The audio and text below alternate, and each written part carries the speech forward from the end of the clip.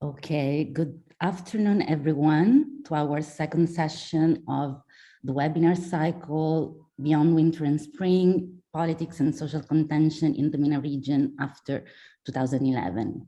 Second session dedicated to the two alleged reformist monarchies of Morocco and Jordan within the framework of a broader effort of rethinking what have been the main paradigms whereby the first wave of 2011 has been understood, and then its aftermaths by somehow trying to bring back again at the center of the debate the question of social contention and how it unfolded in the past 10 years to try to trouble those mainstream paradigms, and most notably the one that saw the 2011 wave as a wave of eventful protests, having as their major aim the fact to obtain some sort of institutional democracy.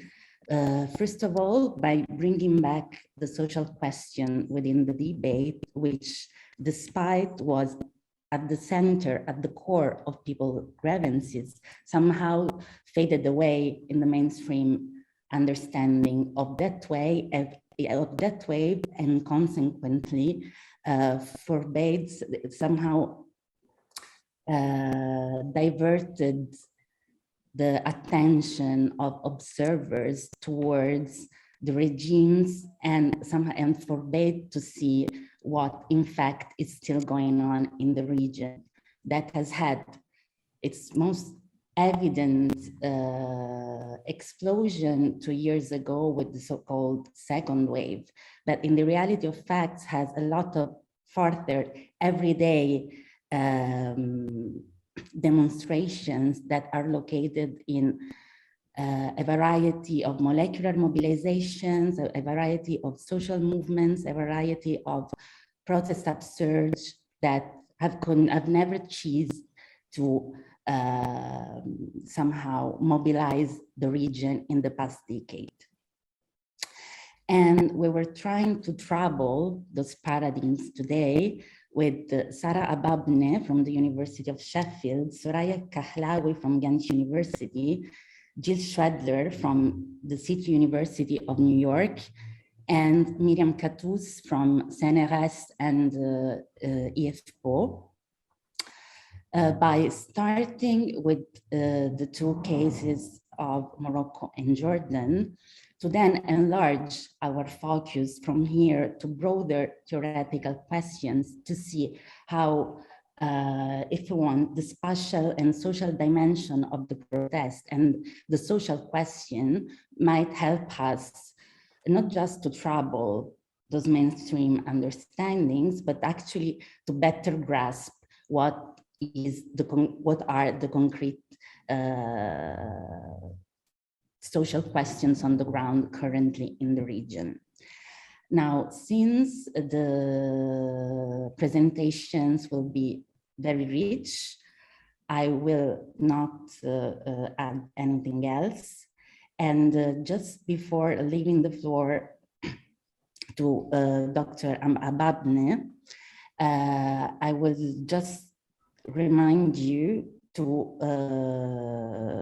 give a couple of technical information more. As you can see, our presentations will be mostly held in English, but there's a simultaneous interpretation into Arabic available. So, ahla wa sahla bikum. And second, we will reserve the Q&A session at the end of the whole presentations. So during the speeches, please feel free to join us in chat and start raising your questions. That being said, the very last note, this is a cycle of webinars. It's part of a broader research program hosted by the Center for social sciences research and action on the social question in the MENA region, which is also carrying out in parallel with the research stream on social contention, another one tackling the question of social protection in the region. Very interesting, this second one too. So I warmly invite you to hunt our website and enjoy the variety of research that we are producing on the two topics. That being said, I leave the floor to Dr. Sara Ababneh from the University of Sheffield, whereby we will try to somehow rethink the reasons behind the explosion of the 2011 wave in Jordan. So please, Sara, the floor is yours.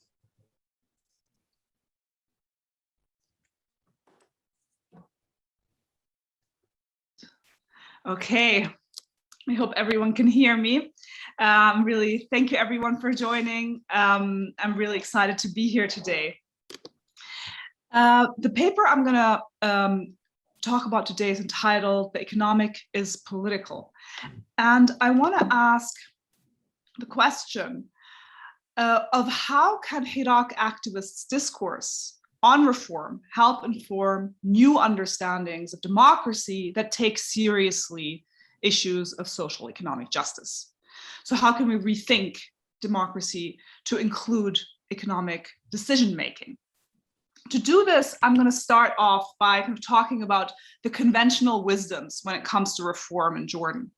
Generally, Jordan is seen as a country that is best understood through its identity paradigm, through the relationship of so-called Jordanians and Palestinian Jordanians. Jordanians are those who have lived in what is now Jordan prior to 1920.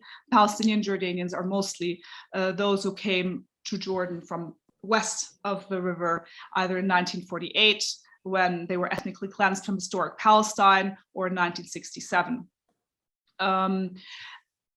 Jordanians and Palestinian Jordanians are all citizens. However, one of the issues and the problems that is seen is that Jordanians are underrepresented in the lower house.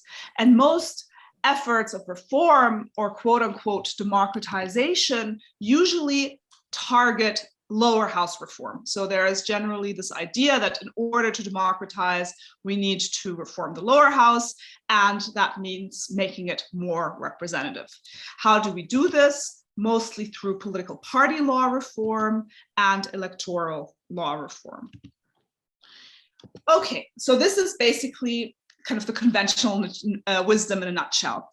Before I go to how the popular movement, the Hirak, has reconceptualized that, I just want to kind of give you a short introduction of the Jordanian popular movement.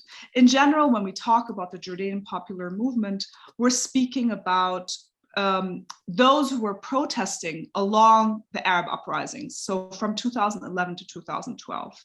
However, I think it's important to also see the work that happened in Jordan before that, especially from 2006 to 2010, as very important in enabling the Hirak. So there were quite a few labor protests from 2006 to 2010. And it was, if it hadn't been for these labor protests, then the Jordanian Hirak, as we know it, would not have been able to exist. So I kind of see the Hirak as consisting of three phases. If we look at it kind of historically, the first phase is from 2006 to 2011. The second phase is very short, which is just from January 2011 to March 2011. And then the third stage is from 2011 to 2012. And if you kind of think about the Hirak and where it happened geographically, we see that the first phase, which is the labor activism, happened kind of all over Jordan. The whole country. The second phase was mostly in Amman, and then the third phase was again mostly in the governorates, so all the different governorates outside Amman. Okay, let me just very briefly talk about the labor protests. The labor protests happened in 2006 when the day wage labor movement started organizing for people who were hired in the public sector to be hired permanently and with full benefits. Then we had protests in 2009 by the Jordanian phosphate company workers who went on strike, by the Aqaba port workers. These were mainly protests against privatization. And in 2010, we had a very important paper written by the National Committee of Military Veterans, and I'm going to talk about that in a little bit, which really set up the language for most activists. And also in 2010, we had the Committee to Revive the Teachers Professional Association, the Teachers Union. And so all of these different labor groups enabled the first protest of the so-called Arab Spring to happen on the 7th of January, 2011. So just to put this in context with the rest of the kind of Arab protest timelines, you can see that Mohammed Bouazizi sets himself on fire on the 17th of December, 2010. On the 18th of December, protests erupt all over Tunisia. And on the 7th, we already have the first protests in Jordan, not in Amman, but in Diban, which is just outside Amman to the south. So Jordan was really kind of very active. And I would argue that without the networks of the workers, this would have not been possible. So what was the discourse on so-called reform by the Hirak activists? To understand it, I think it's extremely important to stop at the economic paper of the military veterans, which was released in the summer, on May Day, 2010. And this paper was mainly a critique against the privatization that Jordan had undergone. So Jordan has joined, since the early 2000s, has joined what is known now as the Washington Consensus, joining the WTO, engaging in privatization between 2001 to 2003 through royal decree. The parliament was dissolved, and during that time, 211 laws were pushed through to enable direct foreign investment and privatization.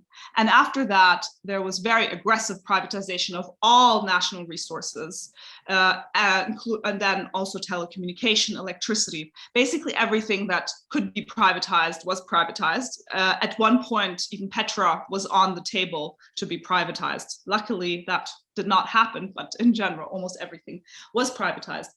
There was almost no transparency at all in terms of who bought what, for what kind of prices, how much these national industries were worth.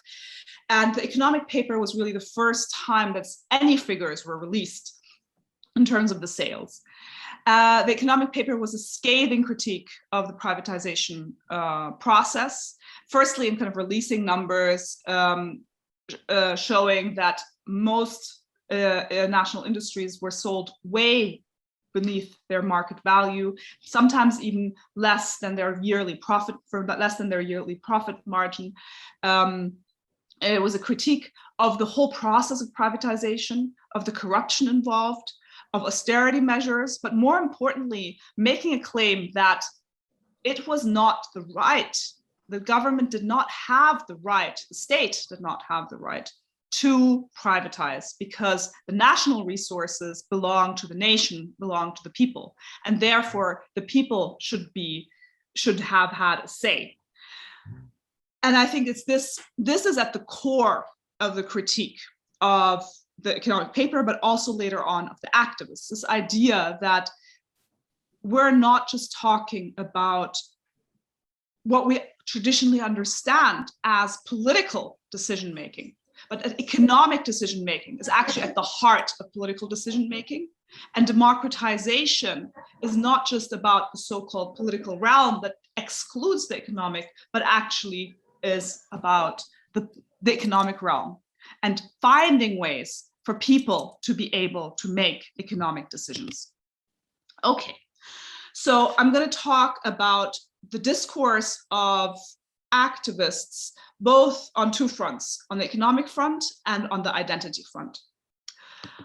On the economic front, the activists critiqued neoliberal politics, from privatization to foreign direct investment, to austerity measures, to domestic policies.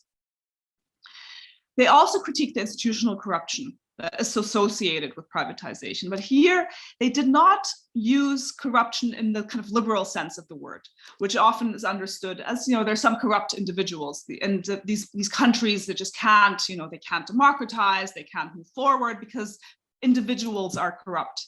This was actually a critique that went beyond this liberal individual critique. So Walid, who was an activist from Hayat Tafaila, captured it quite well when he said, "The corrupt stole my country and sold all its resources to foreign occupiers under the guise of investment.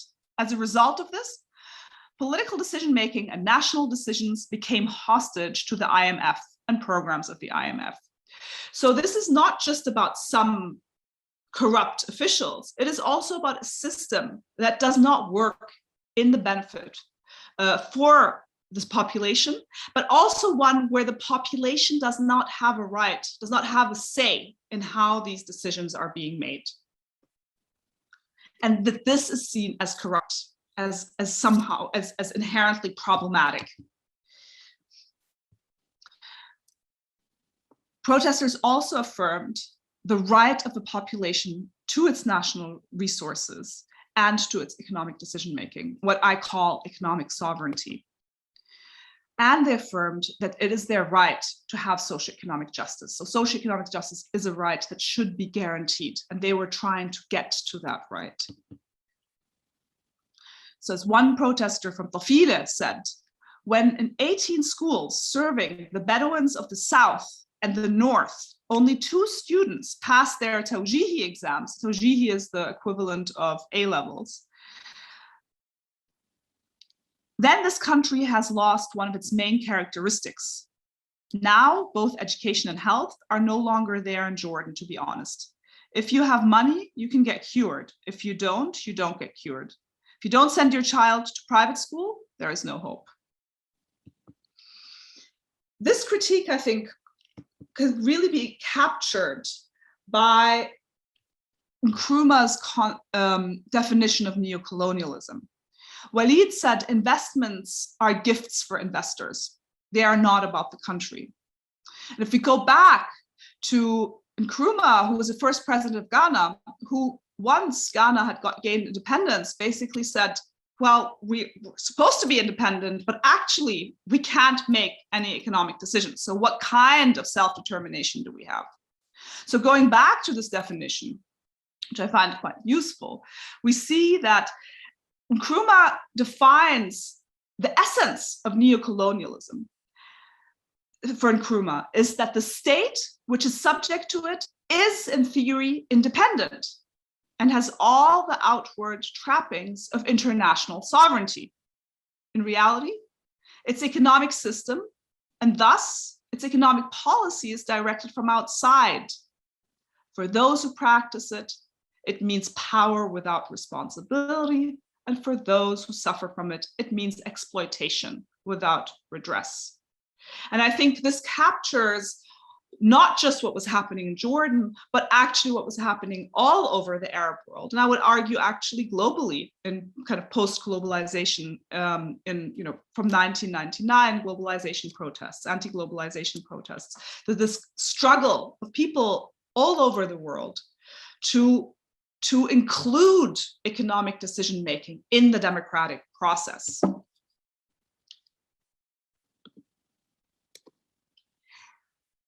Leila Abu-Lughod writes, reformist slogans we have heard for years, talk of good governance, democracy, human rights, women's empowerment, and so forth. No systematic critique, no questioning of the alliance with the United States, and no criticism of the military. She writes this about Egypt.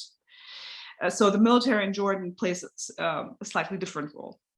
As if they had not been part of the problem in the system, a major institution of patronage and control over business, factories, and land development that uses the indentured labor of conscripts and is bloated by foreign aid.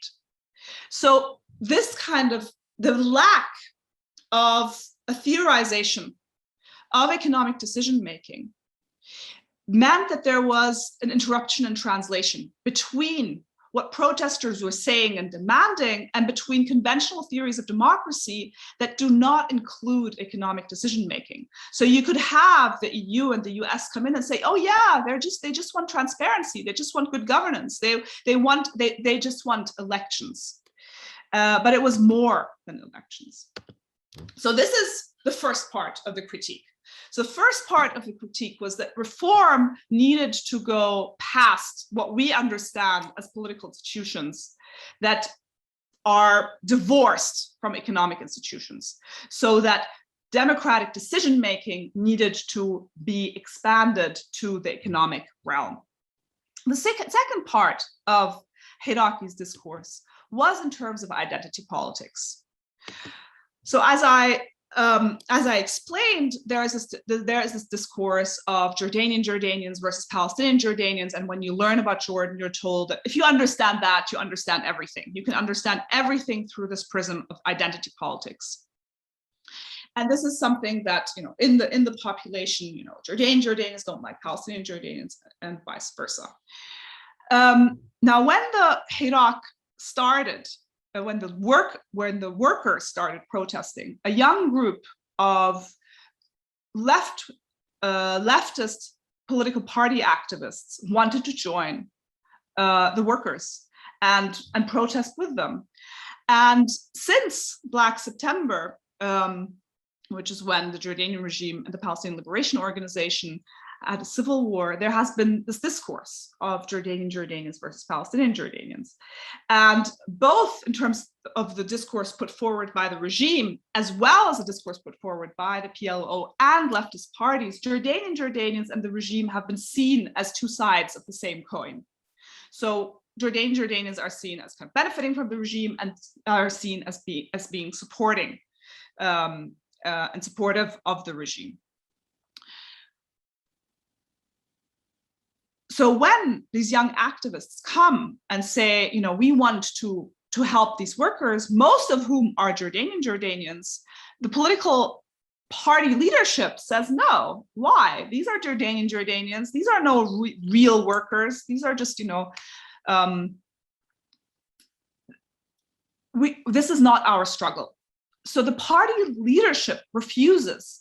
And actually the first few demonstrations, even of 2011, the political parties were not there because they did not see that, you know, the work of Jordanian Jordanians was worthy of their support.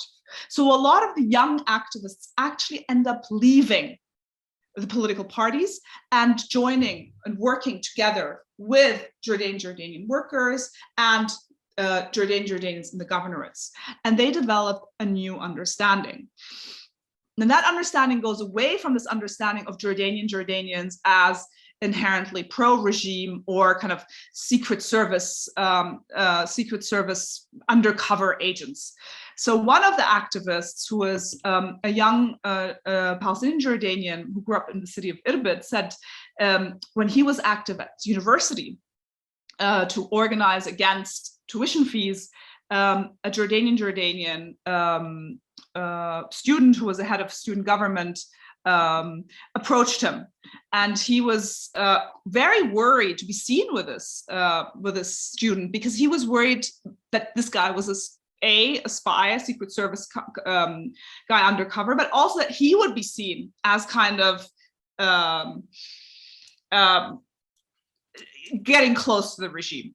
So he said to me, I invited him. Sorry, I cannot see my, oops, can't see my quote properly. How can I see my quote? Oh no. Okay, here. Sorry. I invited him, this Jordanian student council representative, to have coffee with me because I didn't want to be seen with him. If they see me with him, they would think that I'm working for Secret Service and that I'm a traitor to the Palestinian cause. But later on, through working with each other, through the Hirak, there was a different understanding, an understanding of identity not as whether you were born, your ancestors were born east or west of the river, but what kind of social class you are part of. And Mati Saafin, who's the student I was talking about, said at Al-Yarmouk University, we were mostly peasants, Jordanian peasants and Palestinian peasants. But we never realized how similar we were on the level of culture, class, knowledge. We thought of ourselves as being on opposite sides. So this realization that actually there is this shared class, heritage and current predicament, and that is what unites. And also that then led to a critique of what a lot of the young Palestinian Jordanian activists called the Palestinian bourgeoisie or the Palestinian elite, who had often been seen as kind of figures in the national struggle to liberate Palestine, but who had been very close to the Jordanian regime, and who had, but because Jordan had never been seen as kind of part of the real place to do anything, these oops, sorry, I don't know, my phone is off. I am very, very sorry. This is when you Sarah, sorry, yeah. We were running out of time, so I have to unfortunately kindly ask you to go straight to the conclusions. I will. Okay, let me just, am I still sharing? Okay. So basically, when we talk about Jordan, there is a story unheard. And it's not a story untold, because activists have been screaming it. But unfortunately, until now, it is as if these shifts in discourse haven't happened. In academia, you don't read about them, you don't hear them on the street. And these two discourses have two elements. The first one is an identity that is based on class and not on bank. And the second one is an understanding of democratization that goes beyond lower house reform and what is considered the political realm. One that sees that central to the political is the economic. And in order for people to have economic justice on the national level, they also have to have economic decision-making on the national level, but also economic sovereignty on the international level. And I'll end here. Thank you.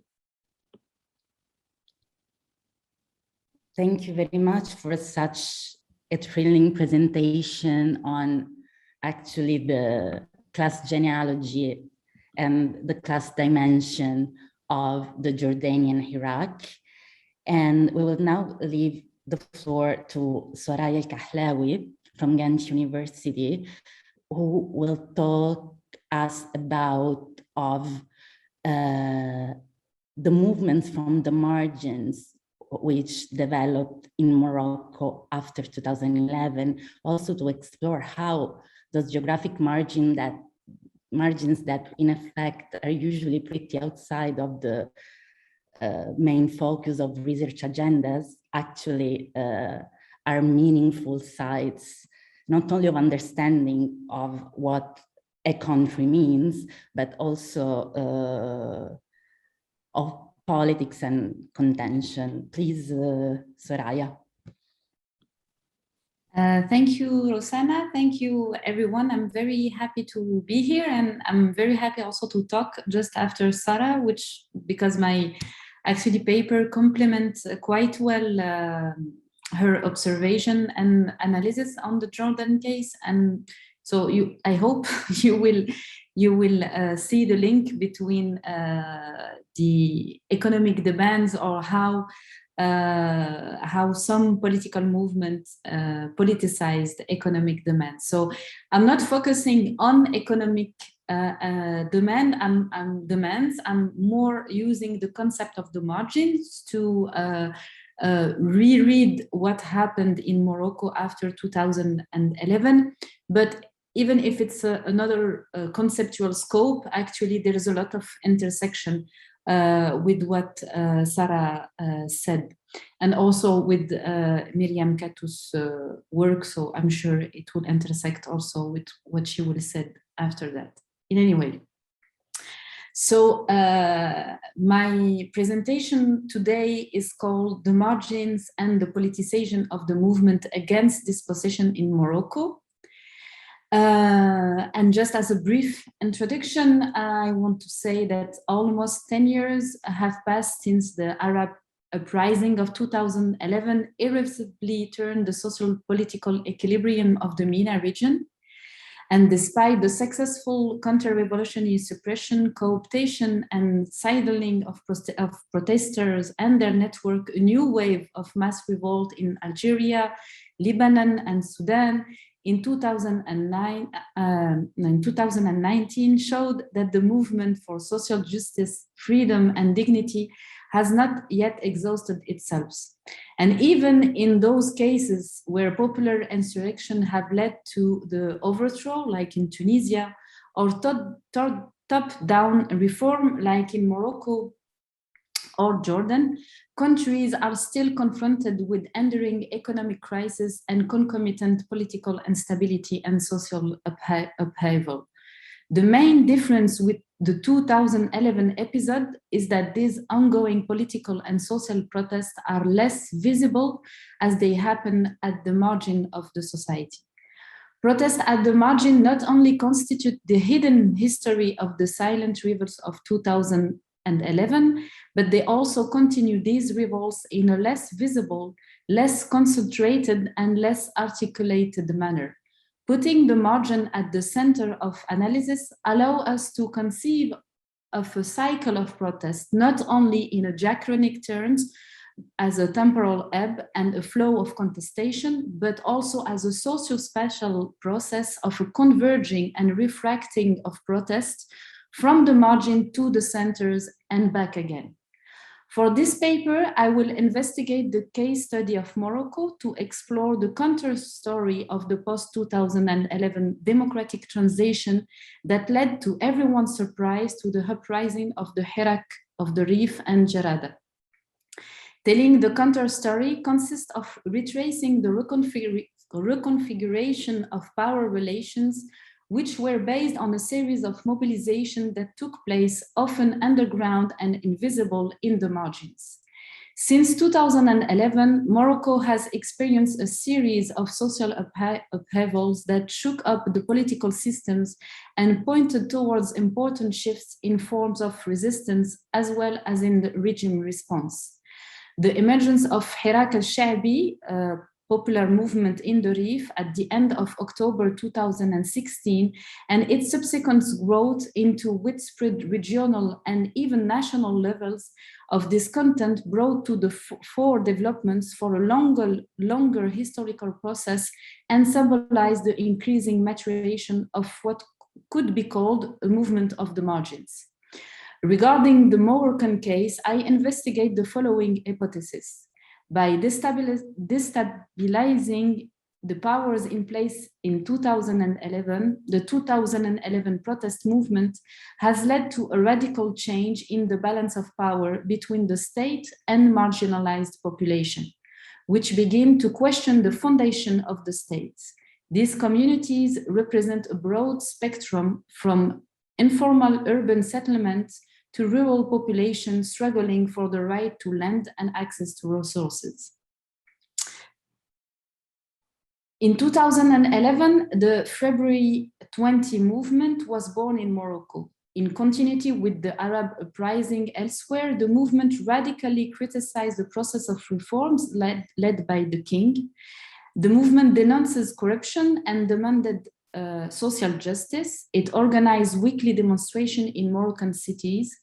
As protests erupted through the country under the banner of the February 20 movement, King Mohammed VI repositioned himself at the center of the political scene, and in his speech on the 9 March 2011, he announced a constitutional reforms and democratic opening. The 1st of July 2011, the new constitution was ratified in a referendum, and following this, early legislative elections were held. At the end of November, the PJD, so the Islamist opposition party, won what we called the first free election in Morocco and acceded for the first time to government under the impetus of a social movement that had paved the way for it. Contrary to many other countries in the MENA region, which were witnessing violent contention between the government and the protesters, in 2011, Morocco underwent what was marketed by the monarchy as a peaceful transition. While lauded as a virtuous example by the international community for its ability to manage the crisis through constitutional change and electoral pluralism, Morocco showed signs of political instability on several grounds. For example, unnoticed by international observers, even through transforming significantly the urban landscape, where the protesters of el-Kahaloui or the workers of informal economic sectors, such as illegal construction and street vendors. A day after the PJD's victory in the legislative election of 2011, rumors about el-Bni tatlaq, or the liberalization of construction, began to circulate, suggesting that there was no need for authorization to build a house. Morocco then rapidly witnesses a proliferation of el-Bni al-Ashwa'i, informal housing, to the point that entire neighborhoods appeared from anew in the city's outskirts. This phenomenon led to conflicts between the inhabitants of this neighborhood and public authorities. However, such conflicts did not discourage dwellers who kept on building illegal housing. In some cases, this resilience was celebrated. For example, one of the districts located on the outskirts of Agadir was renamed by its inhabitants Derbezes, meaning district built through imposed presence or by force.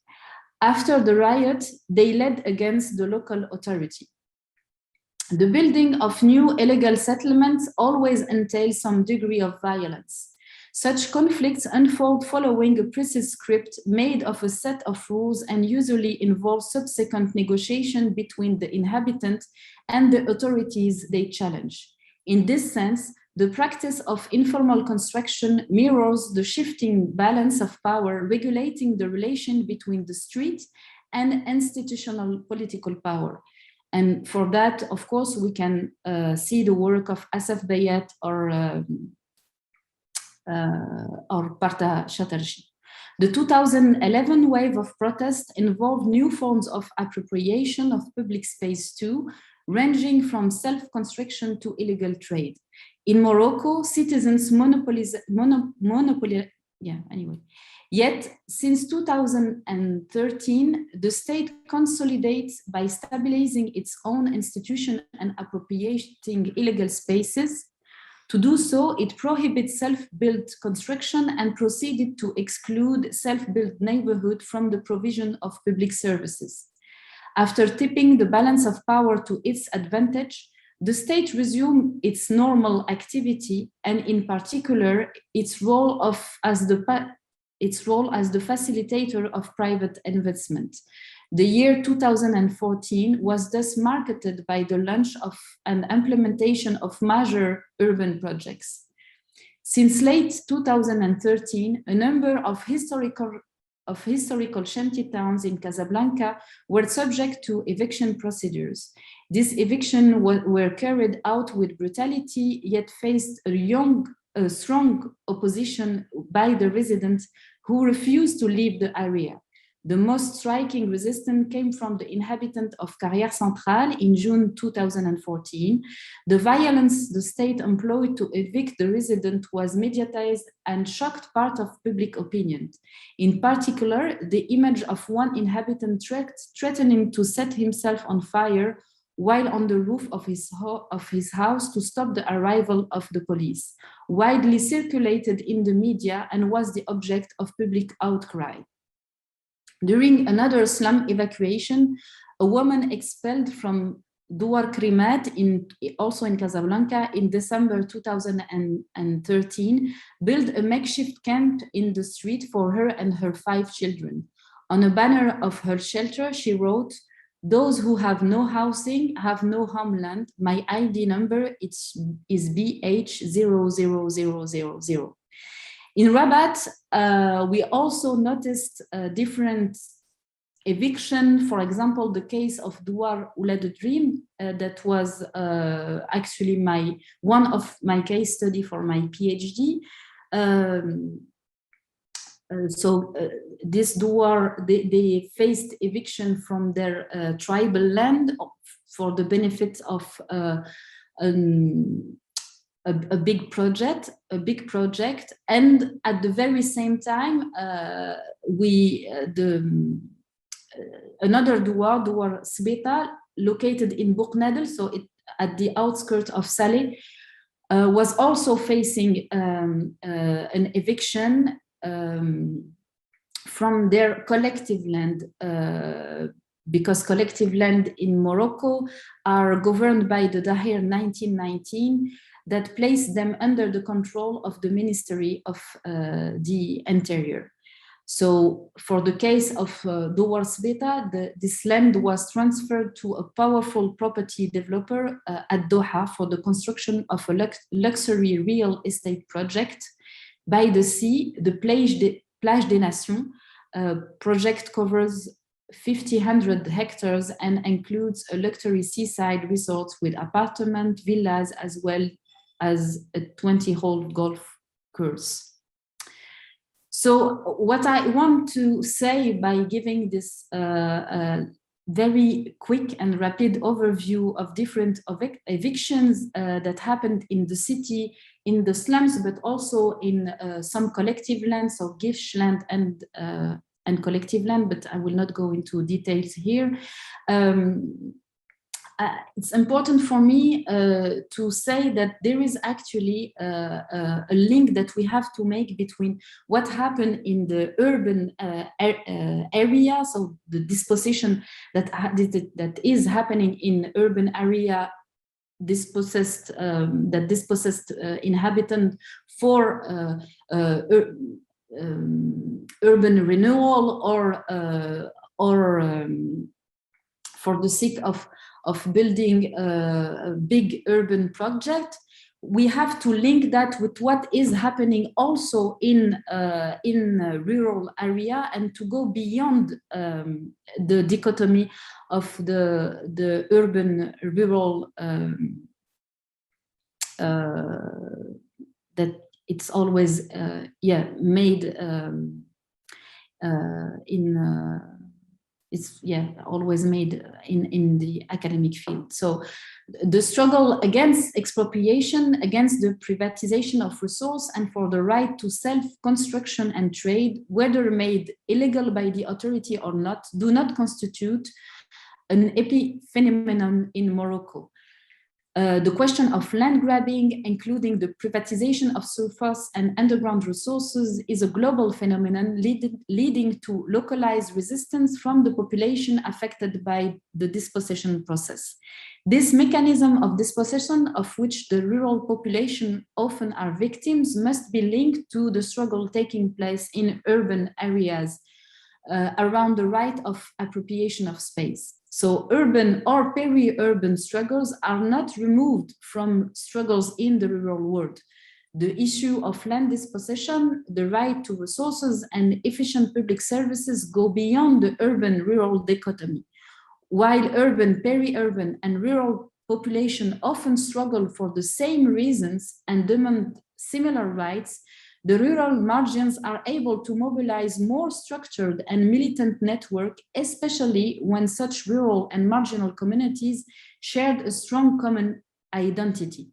This is the case for ethnic minority, and in the case of Morocco, the Amazigh population in particular. So in particular, the mobilization of the Amazigh people in Morocco has served as a platform to create a common set of demands and to bring together many micro-mobilizations scattered through the territory.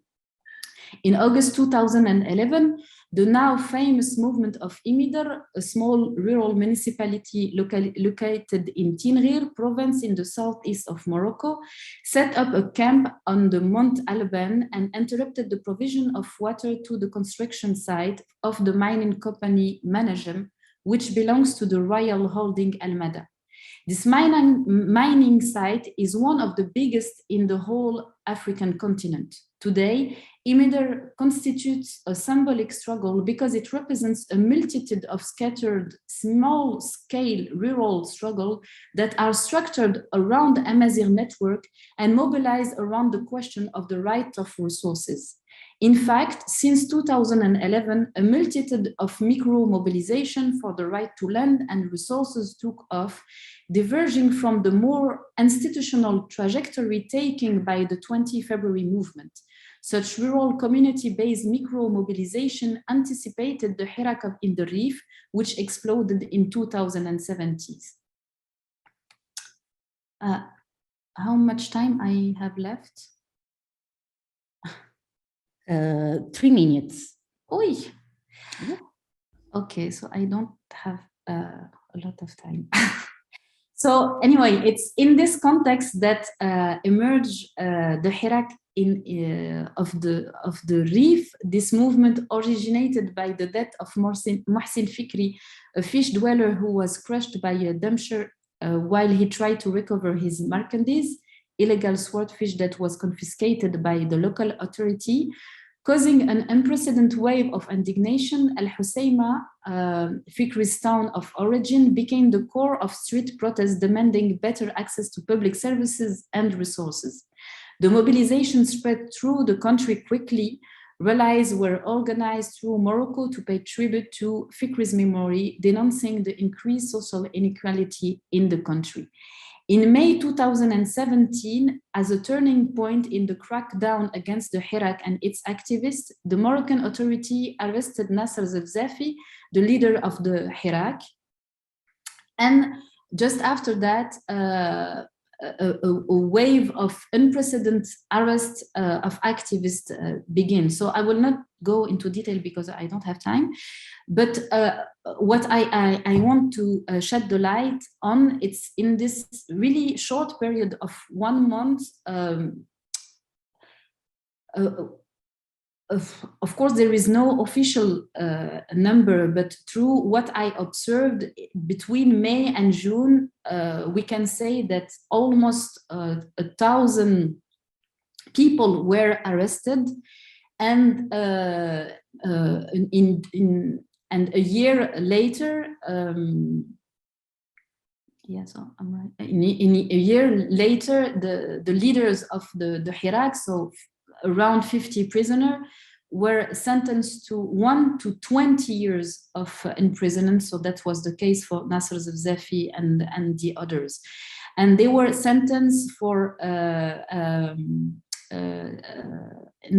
so the charges held against them involved harming the state's internal securities, criminal arson, rebellion, attacking police officers while performing their duty, damaging public property, and staging unauthorized protests.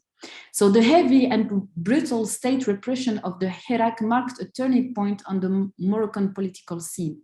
Different political parties and civil society actors began to mobilize, demanding the immediate release of all political activists arrested during the Rif Uprising and an end to the militarization of the region. Moreover, this unprecedented wave of arrests led to the emergence of an international solidarity movement with the Hirak's political prisoner and demands for justice. So it was really interesting to see during that period how from the margin, the margin politicized the center in a different way through what Sarah called socio and political demand. But I will just quickly conclude on that because I want to add to that something. Yeah. So one of the thing that is also interesting, and that is my conclusion, and I will happy to talk more about that if there is some question. It's that actually the socio-economic demands of the Hirak of the Rif led to more brutal repression than against the activists than we that we noticed in the 20 February movement. And starting from that observation, for me, it really make us see, and unfortunately for the Hirak activists, that the political upheaval that the Hirak of the Rif caused reflects the conflict underlying the construction of the modern state. This process of state formation has generated a profound conflict between, on the one hand, a population still structured along tribal lines and the question of Amazigh identity, and on the other hand, the central state, which declared itself in the name of a legal modernism inherited from the colonial period, the legitimate owner of tribal territories and their resource. This explains why the repression of the Hirak of the Rif was not quite at the wave of social protest in the country. So telling this counter story consists of retracing the configuration of power relations, which are based on a series of mobilizations that took place, often underground and invisible in the margin. These communities represent a broad spectrum from informal urban settlement to rural populations struggling for the right to land and access to resources. By destabilizing existing relation of power, such movement of the margin question the very foundation of the state. So I'm sorry it was quick, because I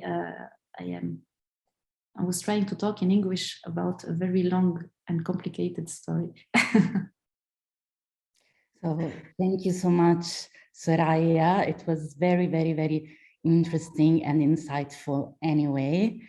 And we will now continue our reflection about space, time, and protest, coming back to Jordan, but not limiting ourselves to Jordan, with Professor Jill Schwedler, who, little promotional moment, is also up to release a very, very important monograph about protests in Jordan from a historical perspective.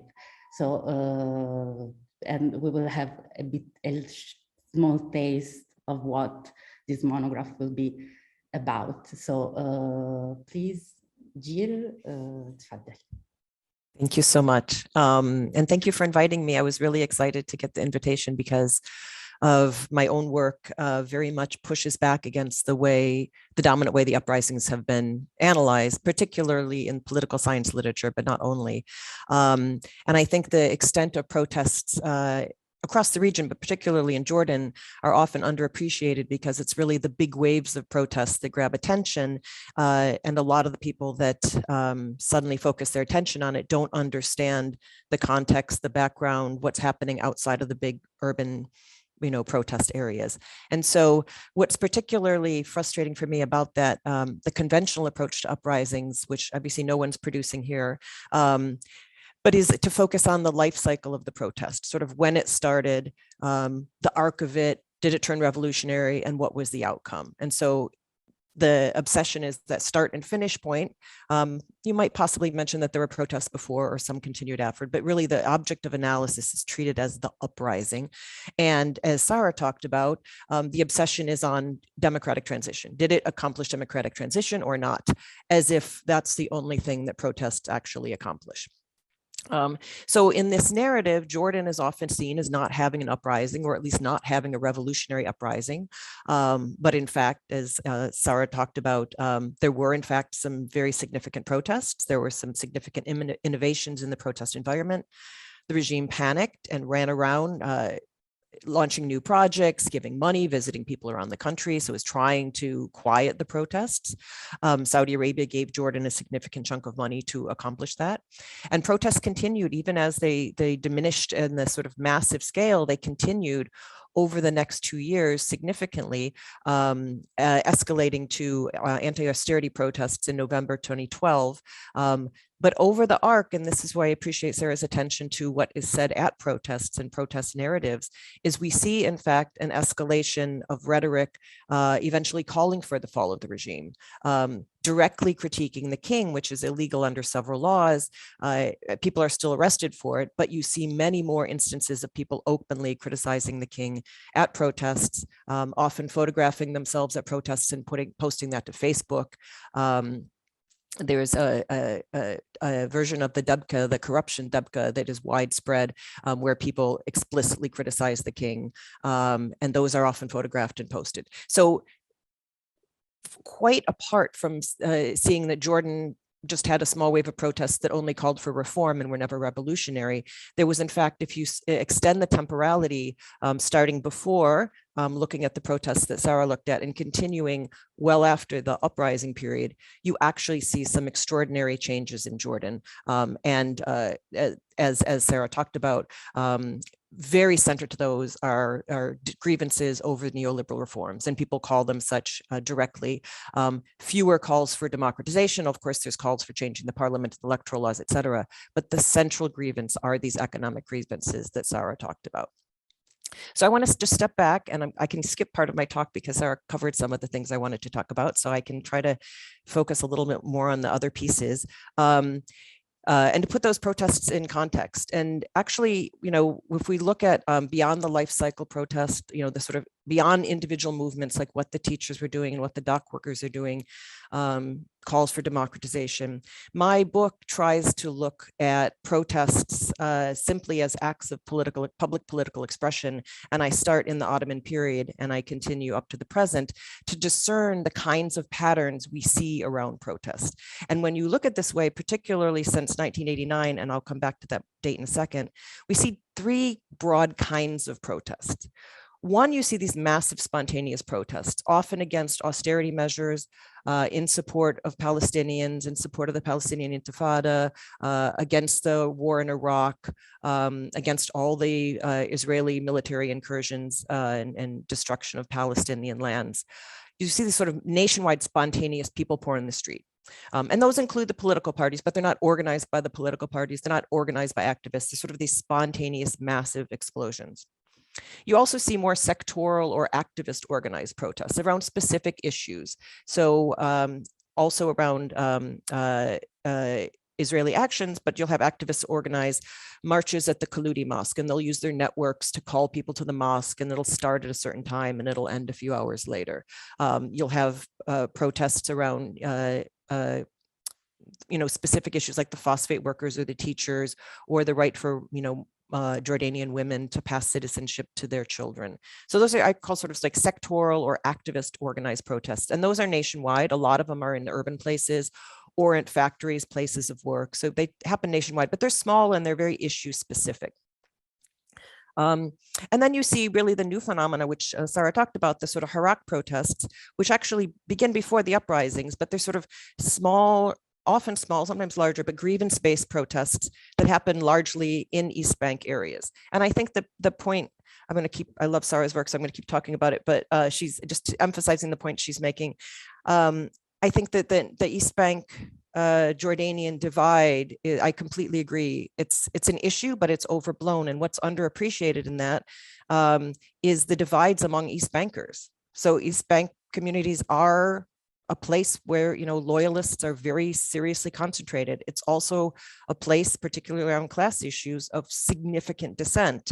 And so you see, as a sort of third sector of protests, these protests that happen in East Bank areas, and these are often, you know, 200 or 24 people at a governorate because they're not getting enough water, or blocking roads because they want clean water, or as son of a tribe is in prison, and so they'll set up in tents outside the prison. So you have these smaller protests outside as well.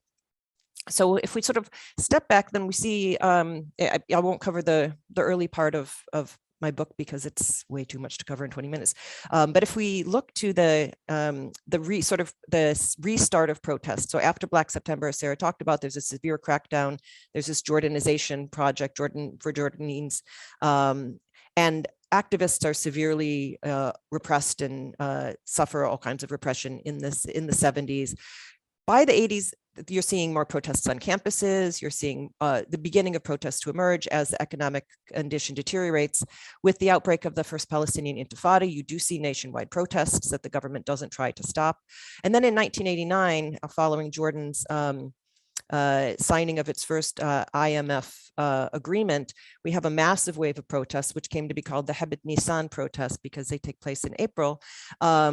These start in the south, in these East Bank areas, they spread nationwide. But again, the sort of, in a lot of ways, the most contentious protests start in the so-called loyalist areas, right? And it's that sort of tension that I think needs to be teased out more explicitly. And those places seem to have many of the largest protests over the next decades. In 1996 in Karak and elsewhere, in 2002 in Man in the south as well.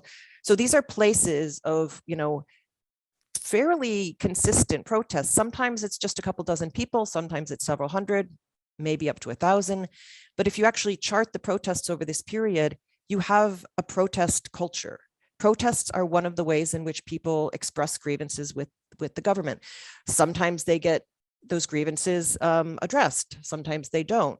But it's seen as a much more effective venue for engaging the government and making demands than the parliament, which is seen as basically a joke. So politics doesn't really happen in the parliament as much as it happens in these kinds of protests. So I'll skip over this quickly because Sarah talked about this in the sort of the leading up to this, to the protest period, the uprising period. We had multiple sectors in labor protests, the day wage workers, the dock workers, the phosphate workers, the teachers. You also had the manifesto, which she talked about, which is significant because it's coming not just from East Bank loyalist areas, but from military veterans who are about as loyalist as it can get, and they're very unhappy. And they raise a number of issues around corruption, around what the government's doing to return Palestinians to their home. But central to this are these sort of economic grievances, these sort of ideas that these neoliberal projects are not benefiting Jordan enough. They're benefiting only certain individuals if you're connected. Some are seen as benefiting Palestinian entrepreneurs in the capital and foreign companies. So there's just tremendous period of grievances around these economic issues. And then just, she had beautiful slides, but we do have beginning January 7th uprising, weekly protests. They start outside, they spread to the capital. By late February, by mid-February, they're very large, but then they begin diminishing in size. There's a protest in March 24th that is very contentious. It's where the first person dies in the protests. And that is an effort to establish a tented encampment that would be an ongoing protest. It very explicitly calls for reform, very explicitly does not call for the fall of the regime. But on the second day, that protest is violently cleared by a combination of loyalist thugs and complicity of police officials. And this is all, clearly documented in many videos uploaded to YouTube. You can see the coordination.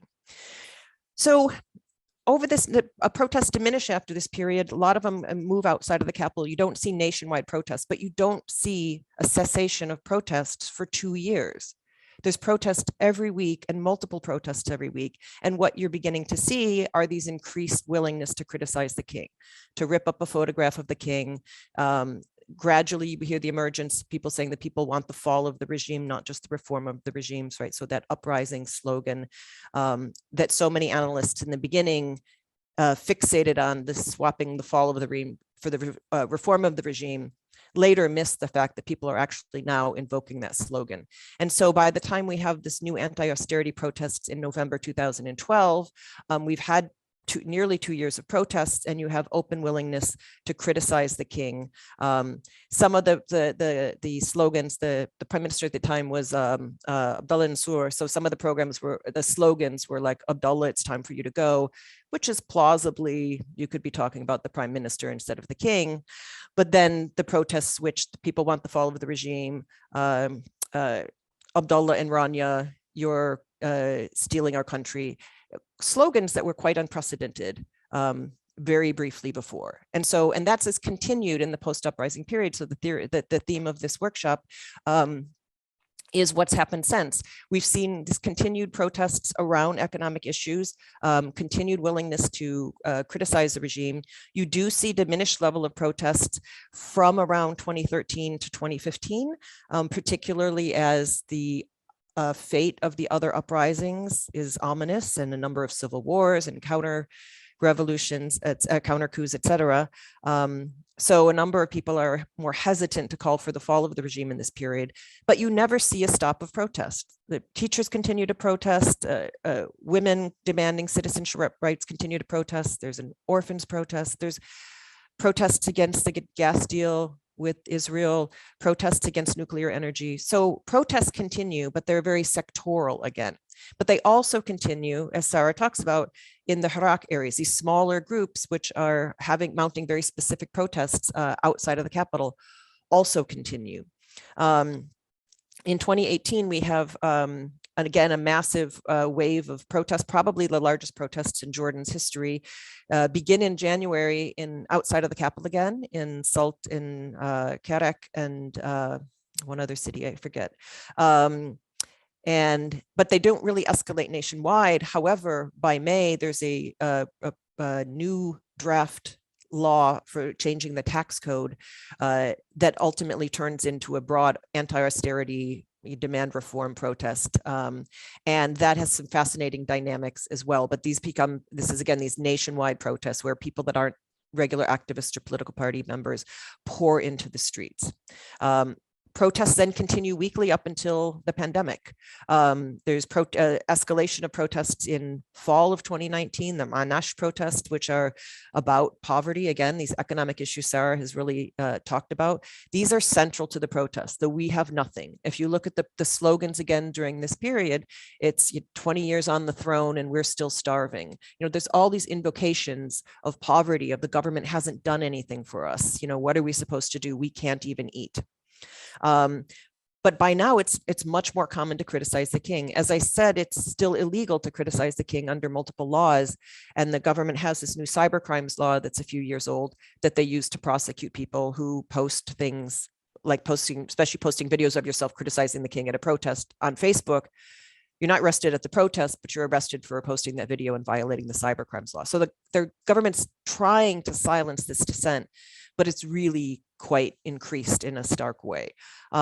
During the pandemic, we did see some protests. Initially, there was some, the government used the pandemic and limits on public gatherings as excuses to arrest a number of activists who were outspoken against the government, to shut down the teachers union. And you see actually protests again about Israel in support of Palestinians. Most recently, the Beit Jara protests in the spring. Before that, early in 2020, issues around the Abraham Accord, peace accords. So you see a lot of protests. There was an interesting one that the Muslim Brotherhood organized during the pandemic to adhere to the social distancing requirement is on the road to the university, which has a massive transit bus lane that's incomplete. They lined up in the bus lane arm distance apart so that they could social distance, but also people could drive by and see them. So even then, we haven't seen protests stop, but we've seen the centrality, as Sarah talks about, of economic grievances, not an obsession with democratization per se. It's grievances that are among people with different calls. So some are explicitly pro-regime and they're upset about these reforms because they feel they're not benefiting from enough from them, the sort of impoverished parts of the East Bank. And you have them calling from more leftist activists who are calling for similar reforms, but with it coming from a different sort of ideological position. So I'll end here, except to say that I think one of the interesting dimensions that I've only talked about briefly here, and I'll say 1 minute more, but is really central to my book, is this sort of spatial dimension. So there's often in the literature on protest issues about who can get away with saying things. So East Bankers versus Palestinians, et cetera, and what they say. You can criticize the king, you cannot criticize the king, so often people criticize the prime minister, et cetera. But there's actually an interesting dimension that's also where you can say it. So the government has very little problem with thousands of people in downtown Amman at the Husseini Mosque, because they assemble there and they march, 2 kilometers to the municipal center and they give speeches and then they go away. Whereas in some of these sort of more Hirak protests in some of the East Bank areas, they'll set up tents and there'll be this ongoing struggle that the gendarmerie will show up and tear down the tents, and they'll put the tent back up and they'll tear down the tents. And that's 24 people in a place that not many people can see.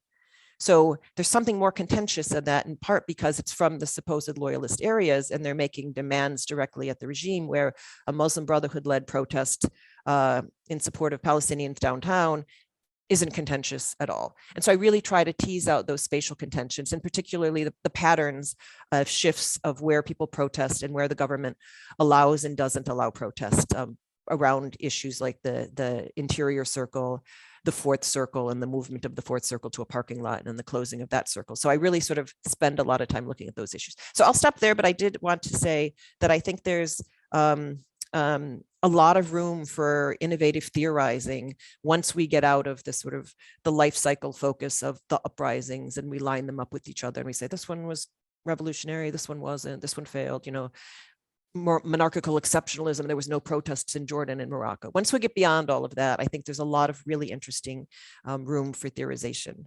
So I'll stop there. Thank you. Thank you so much, Jill, for this very rich and comprehensive sum up, if you want to say so, about what protest has been in Jordan during his whole life cycle, if we want. And we will now conclude with Myriam Catusse, where we will get back again to the social question, and by putting in a dialogue Morocco and Lebanon. So how, the social question informs the mobilization of these two polities, and how this can help us to move forward from the paradigms that we were trying to trouble. So please, Myriam. Thank you very much, Rosanna. And thank you for the new CSSRA Center for the invitation. So as an introduction, I would confess that, as I told to Rosanna and Soraya just before the talk and our workshop, that I hesitated a little bit to respond positively to the invitation to speak with you, not because the topic of the workshop doesn't interest me, on the contrary, but because I doubt a little bit on my capacity to provide for the discussion. So my problem was that my last fieldwork in Morocco are more than 10 years ago, so before 2011, and I really don't feel legitimate to speak about recent unrest and protest, but I feel very comfortable when I heard that Soraya was sharing the floor.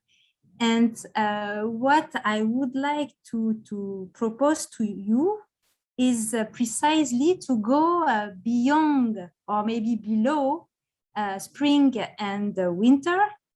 And as Jill proposed us just now, maybe to question the temporalities of the cycle of protests, and I would like to try to provide you the counter story, not of the post 2011 uprising, as Soraya said, but the pre-2011 story.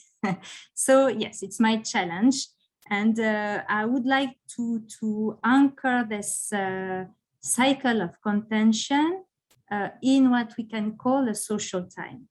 By social time, I design, as Rosanna invited us to discuss, a historical momentum where the social question is called back in the debate, and a historical momentum for the expression of a new social question, which was a zephyr and which is now becoming a huge hurricane. Just to quote the former Prime Minister, British Prime Minister at the first years of the 20th century. This new social question, with all its cloud of social discontent and its exponential accumulation of precarities and objective social risk, was not born, in my view, and I think that we can admit that, in 2011, even if it's becoming more and more manifest in the recent uprising. I think, and I'm very happy that the three previous intervention say the same thing. I think that it's very linked and in line with the neoliberal policies, such as those implemented in the 80s in Morocco and in Jordan, but also such as implemented in the post-war Lebanon and more recently in Lebanon. So my point was, I tried to reread Karl Polanyi, and it seems to me that we can risk drawing modestly, of course, a parallel to understand the current mobilization as one of the form of a kind of double movement created by a new great transformation. I mean, at the same time, the gradual withdrawal of the economic from the very social institution that regulated it, and then the political takeover of economy control with backlashes, among which leads this social protest cycle. So this new grid transformation is characterized in its mercantilist turn by the dislocation of solidarities, the erosion of the main protection, I mean the labor protection. The problem is not only that there is no job or no work, but the problem is that work is not providing protection. The erosion of the protection provided by families and proxies in a sense, so, and the protection provided by property, and Soraya insisted a lot on the process of dispossession that affects not only urban people, but also rural persons. And in Lebanon, we can see how much property, even in bank, are dispossessed.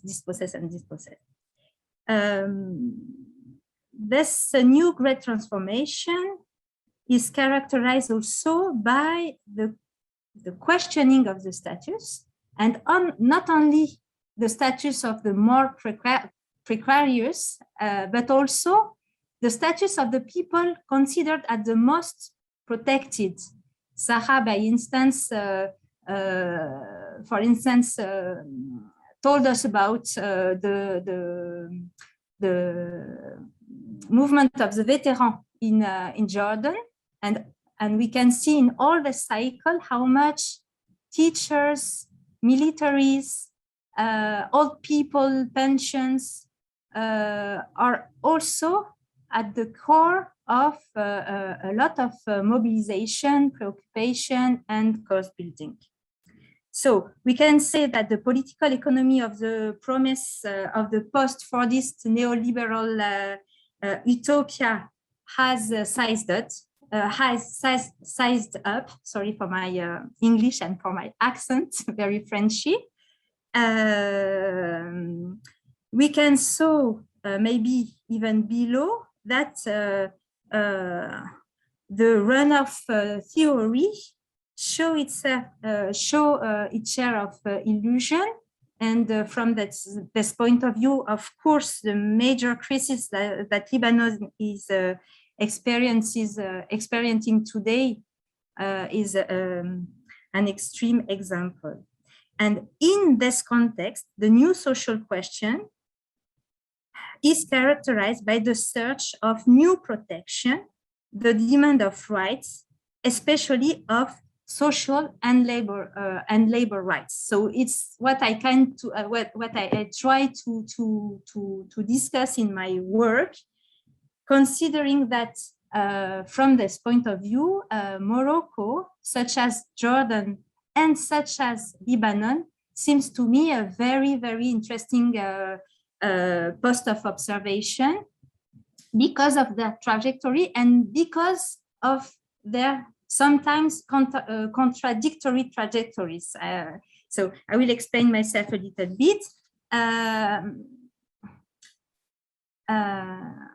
The post-war period in Lebanon was characterized by what we call with Marie-Noël Abiyari in a common paper written precisely in 2011, the social modesty, les pudeurs du social. What we mean was that policies and politics in Lebanon left no room in the post-war period for social demands, which were repressed, peripherized, muted, or forgotten in front of other causes and conflict and kind of mobilization. However, contrary to what we observe in many other post-war contexts where precisely social rights were elaborated, the reconstruction process, the reconstruction policies were based on the promotion of the financial market, property ownership, especially land ownership, and they have accentuated inequalities and vulnerabilities of all kinds in terms of access to housing, health, education, and so on. But in this context, and in spite of this kind of policies, there was something, nowadays it's not the case, but maybe until 2019, there was this kind of pudeur du social or social modesty. On the contrary, in Morocco, in contrast, the same years have been seen, have seen social issue and social question framed as a social and public problem, set up as a role fight, as a matter of state, but also as a cause of unrest, contention, and mobilization, especially local mobilization. And when I say in the same period, I'm speaking about from the 90s to today. It's the momentum is larger than from 2011 and now. So this social question in Morocco has taken many forms, fitting with the monarchical power structure in several aspects. On the one hand, benevolence, charity, evergetism, patronage, clientelism, paternalism were strongly updated, especially when Mohammed VI arrived on the throne with this famous nickname of the King of the Poor, Malak al-Fukara, and later on when the ENDH, National Initiative for the Human Development, has been launched, Malak al-Insaniya.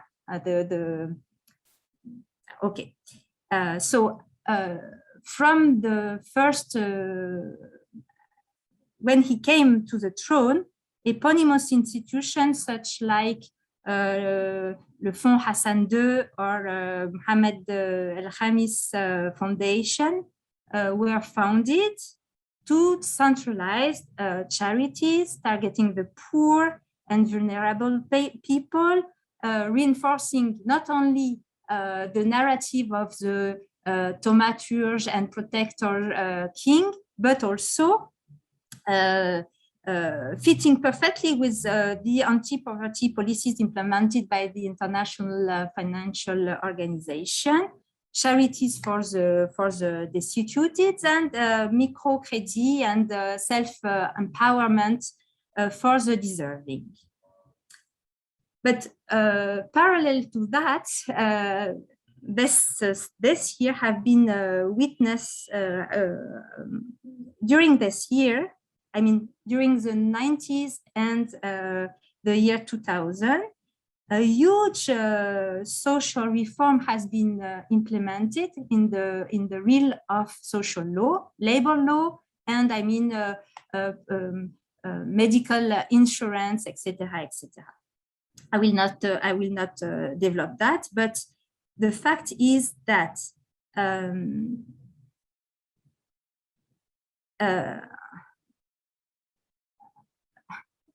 there's a huge difference between the trajectory of Lebanon in the 90s and the Moroccan trajectory. In the one sense, in the one side, there is this pudeur du social, and in the other side, this construction of social affair as a common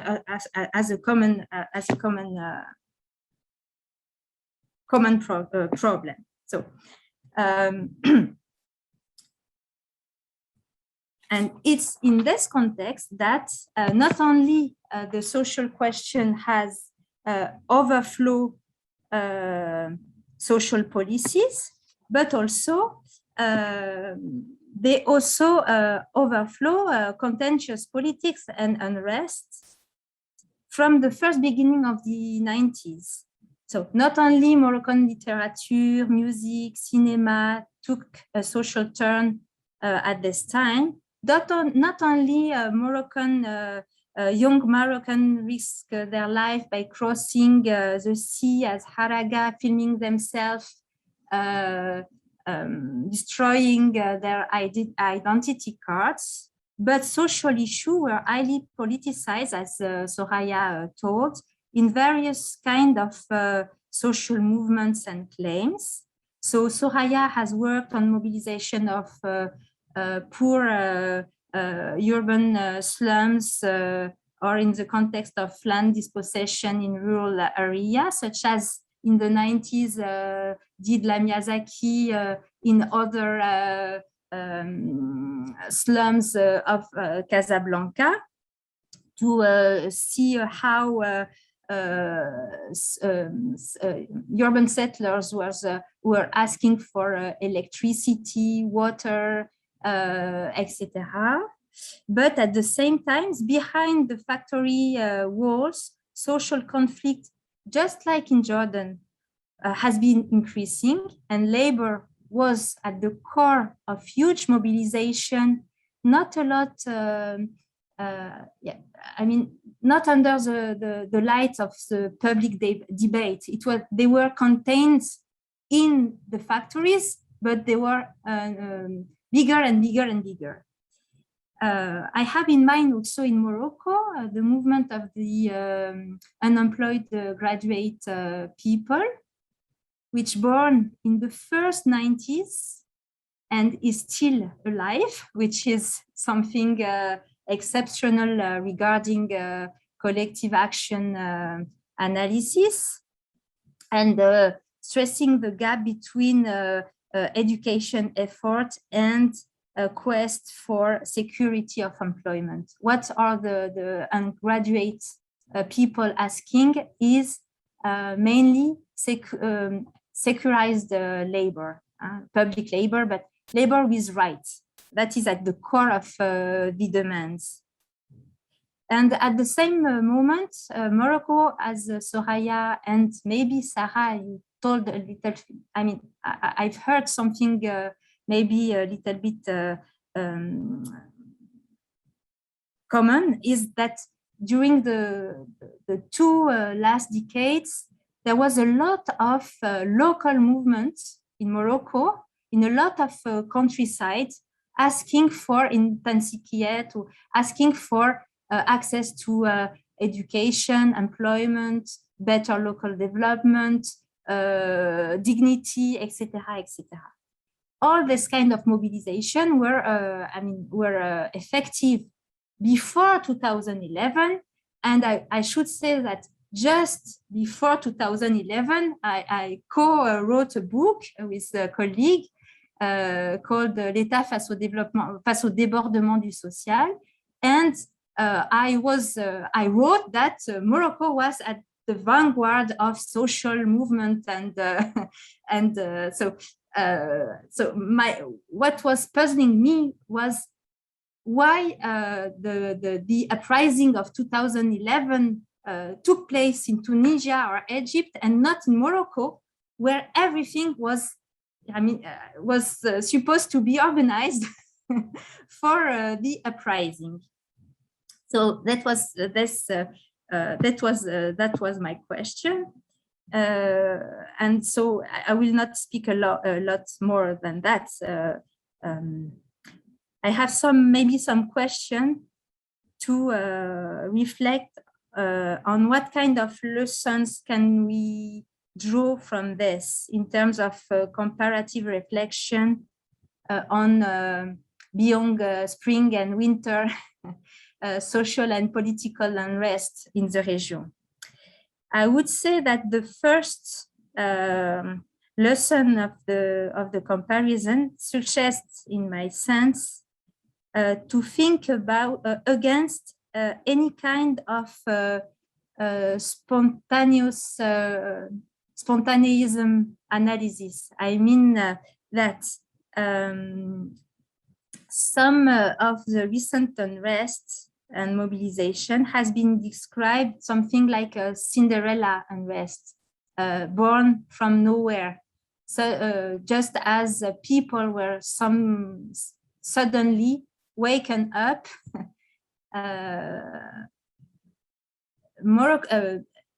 in spite of the fact that I think that we can, on the contrary, put the lenses on the fact that there was a lot of social movements before 2011 preparing, or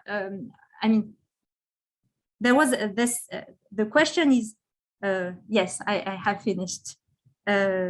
How and in which soil do these claims are born? How are they connected to a local fieldwork, but also to a global story, taking into account the fact that this unrest presents a lot of common characteristics. The second, maybe the second lesson is maybe to try to avoid to have any kind of mechanical analysis. Unrest and protest are not the natural answer of social injustice, by instance. Here, Lebanon is very, very useful to think about that and to understand the Moroccan trajectory, to understand them. Okay, so I lost myself. The last point, I can go on this, if necessary, I can develop a little bit. My last point was the question of class issue that Sarah mentioned in her talk. And what kind of collective identity are emerging in this new social time, and in the context of facing this new social issue. I would say that I don't know exactly how to deal with the fact that the precarious, the precarity or the precarization is not affected only the most precarious and the precariat. But on the contrary, as we said about the soldiers or all the service civil servant, etc., this process of dispossession, of feeling of growing inequalities, and not only a feeling of growing inequality, etc., affects the core of the society, not only the margin. Soraya, you're right, the margins are going at the core of the problem, but the fact is that it's a global process affecting the society in its all and not only in its margin. And so where are class here? How are they articulate them each other? How does this combine with generational gaps when old people do not have pension and young people do not have job? How do this articulate with gender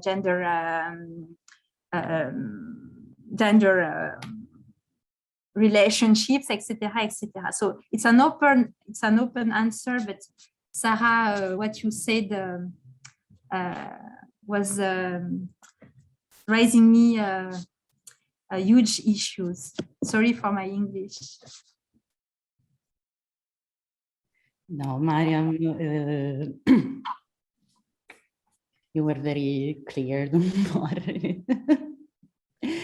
So first of all, thank you so much for such a rich confrontation that we had, and such very rich and critical insights that you all provided us with, especially first of all with regards to this sort of institutionalist fetishism, whereby democratization is understood as obtaining formal mechanisms of participation very linked to the regime structure, but completely devoid of what are the concrete demands of people when I mean, about what they really mean when they ask for bread and dignity, where, as Sarah very well pointed out, this socioeconomic participation is the question of the redistribution, the question also of a certain sense of care that regimes must have against their people, means in the eyes of people that are actually taking the streets. The second element that emerged very clearly, it's not just a science of socioeconomic demands, but also a huge temporal continuity of the same economic demands, which are clearly linked to a process of neoliberal transition of Arab polities that somehow broke down a social contract and was not able to create a new one whereby these sort of tensions are somehow absorbed and policed, if we want. And third, the science of the margins, of the rural margins, or better, of the social geographical margins produced by this transition, or at least enhanced by this transition. And the Jordanian cases and the Moroccan one with the science of rural mobilization, or better, mobilizations in peripheral areas, it's extremely blatant. And I'm also thinking about more recent protest movements in Jordan, such as the unemployed youth from rural areas, who in 2019 staged those huge rallies from the ban, from Man, etc., towards the capital, asking for job and asking for actually social protection, as much as their urban peers, who were the graduated ones, who were not able to find a job, but who are still thinking about the state conceived in a very ideal form, as the entity entitled to, not just in the, which must provide them with. And the third one, it's so, and the last element that I saw, it's also a class reconfiguration that we as scholars were not really able to grasp yet, or that maybe we have not problematized enough. And I'm saying it as a labor historian, so it's also a form of self-critique, whereby we still keep looking at the Fordist clusters, if we want, and not paying maybe enough attention to the new stratifications that neoliberal transition has been producing. Informal workers, skilled unemployed, et cetera, et cetera.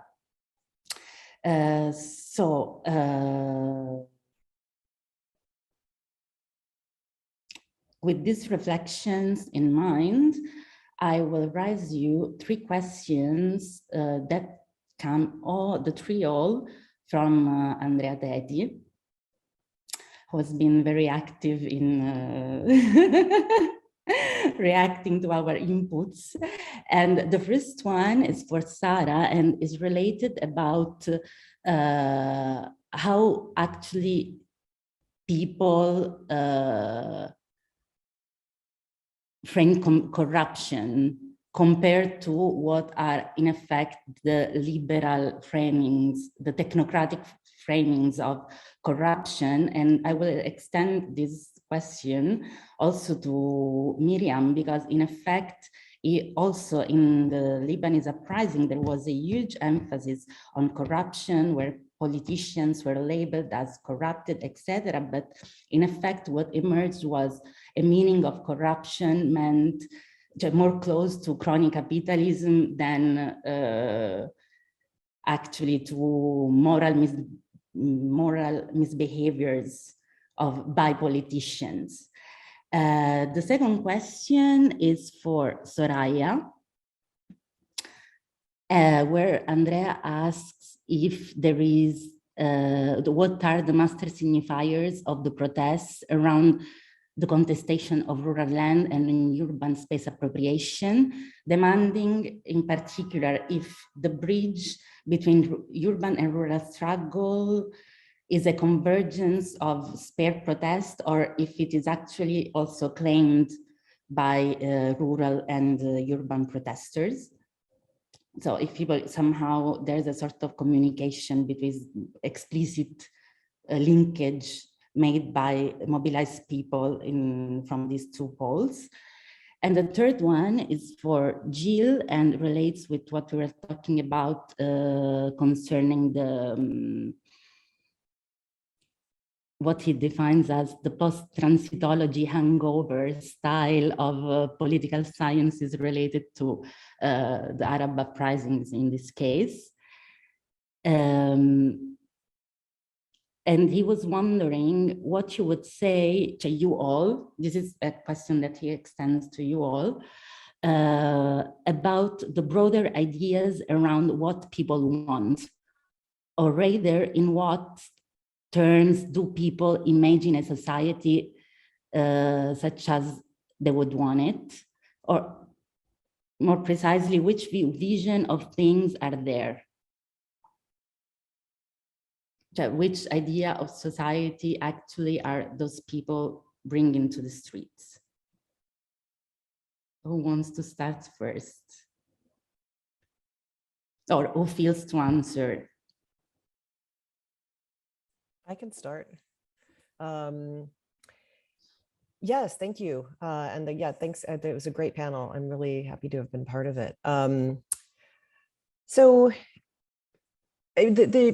Obviously there's a diversity of things that people are asking for. In the specifics, jobs are central. They want more of the welfare state, et cetera. But my work looks explicitly at what people say at protests, the kinds of demands they're making, the kinds of slogans they invoke, et cetera. And there's a range of visions of what the state could or should look like. A lot of the critiques are very conservative. They're unhappy with the king, but they want the king to provide more. They want more of a welfare state. They want jobs. They feel that the investments, the neoliberal investments are uneven, concentrated in the capital, predominantly benefiting the cronies of the king, the queen's family, etc. So for a number of people, they don't want a different regime. They just want the regime to do things differently. You do also hear people that will talk about a smaller contingent that begins in 2012, and this escalated in tensions over the next couple of years, but that are happy with the monarchy, but maybe a different king, like maybe Hamza or someone different. And you see his picture appears in the 2012 and again in 2018 protests. His name is invoked as, you know, the monarchy, but possibly an alternative. You see a lot of calls for constitutional monarchy. The monarch can remain, but we want an actual democratic assembly. And you see, while it's very, very minimal, but people like Ahmed Ouaidi Abadi calls for an end of the monarchy. Jordan belongs to people that were there before 1917, and those people should create a democratic republic and have a democracy, but in their hands. So you see this sort of range of views of what people are calling for, but they all stem from grievances, either their own economic grievances and plights, or their perceptions that some other is unfair. You do have among particularly leftists some sort of principled calls for democratic government on its own terms, simply because democracy is right and that's the more appropriate form of government, but those aren't as widespread as the other diversity. So again, it's attending to the diversity of demands and visions, even from within the West Bank so-called loyalist communities, which are very, you know, have different visions. So I'll stop there.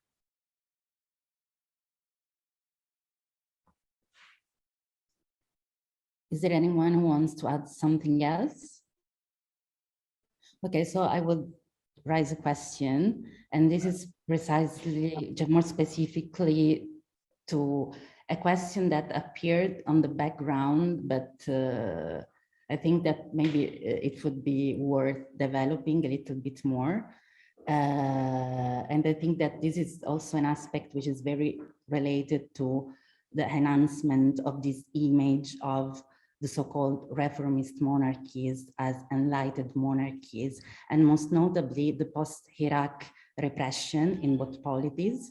And we can see this, for instance, in Jordan. It's very evident with the cybercrime law that Jill mentioned, whereby in effect, in the mainstream Jordanian media, social protests have been completely invisibilized, and actually everyone opening a random Jordanian newspaper, what we'll see are the amazing social gestures of the king who inaugurates the hospital, inaugurates the developmental program, etc., etc., etc., not giving account at all of the huge social ferments that are shaking the national social fabric. And I was wondering if also in Morocco, post-Iraq repression, it's playing a similar role, and if it has also, this has also a sort of mediatic counterpart associated to the new arrest, to the personal repression against activists, etc.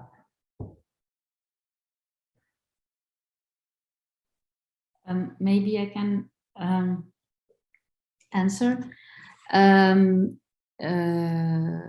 Yeah, so I actually, during the Hirak of the Rif, it was really the silence of the king for like 1 year was really telling, because contrary to the 20th February movement, where the king really replaced itself at the center of the attention, not even a month after the beginning of the protest, was the complete opposite way to govern in 2016. So even at the very beginning, when at the death of Mohsin Fikri, the king was, I think, in Senegal, and he did his discourse for one.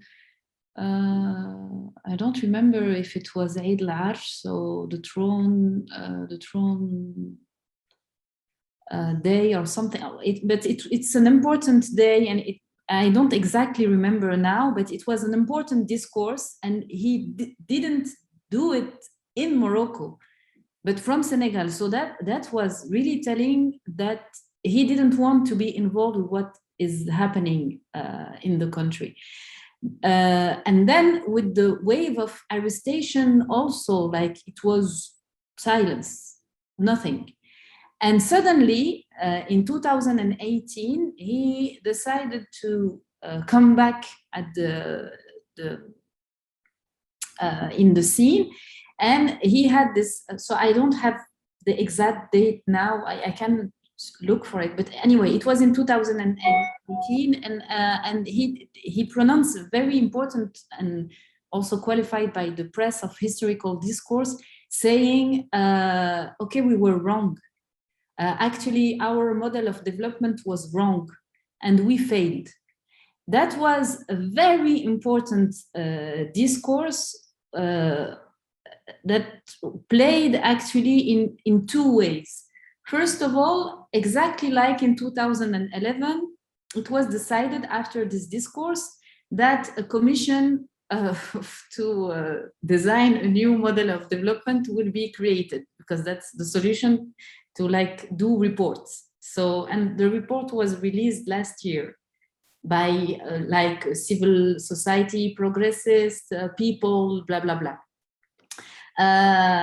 And so this is the one way. The other way was also to put the accountability of what happened on some well-known people, political people, like represented in the government or not, and to say like, yeah, we have a problem in the administration, there is too much corruption in the state, we cannot rely on the elite, and the only sector that is working well is the police.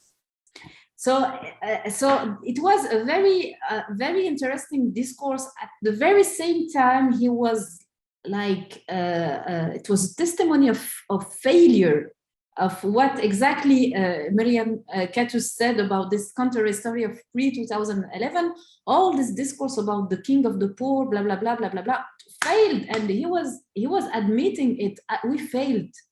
So that, for me, that's a very important gain of the Hirak, because this movement forced the most important representative of the state in Morocco to clearly state that they failed. But at the very same time, it was just about gaining time, you know, like setting this report and everything. So there was not like a large investment done in the region, and most importantly, there was no release of the leader. So what happened that every year, like three times a year in a different, like Eid al-Arsh and Eid al-Kabir, so this kind of events, some political prisoners are released through royal grace. We say also that in English, the grace. I don't know, the gracier. Anyway, so that's the technique, but the leaders that are sentenced for 10, 15, and 20 years, they are still in jail.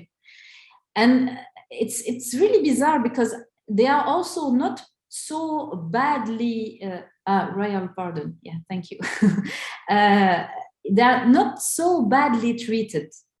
And so we can see that the Hirak of the Reef really showed that the state is destabilized and don't know how to deal with it. And actually the only way was to put these incredible people in jail, because it was going insane everywhere in the country. So, and it's difficult to analyze now also because COVID stopped, you know, the report was released last year and we were into the pandemic, and now it's a new page of governmentality, of way of dealing with the population, with social protest, like everything is in pause for now. So it's difficult to feel exactly what is happening now in Morocco and how the state will deal with this. Just to conclude, there is two important things that are happening. First, for the Hirak of the Reef, it's that they legalize the culture of cannabis. So that means that they will redistribute in a completely different way the lands.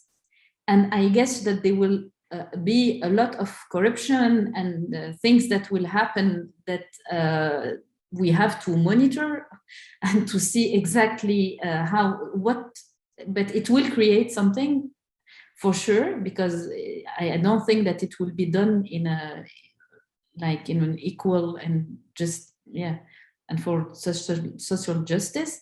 And the second thing that is also happening, it's the normalization with Israel, because it's something also that the state is using so much to say, we are going to be like a really important regional force, and now thanks to Israelis' investment in the country, we will be so developed country, and we don't need Europe anymore, and blah blah blah blah blah blah. So there is also this new trend in Morocco that actually Morocco is a very strong country and an independent country, and a new force in the region.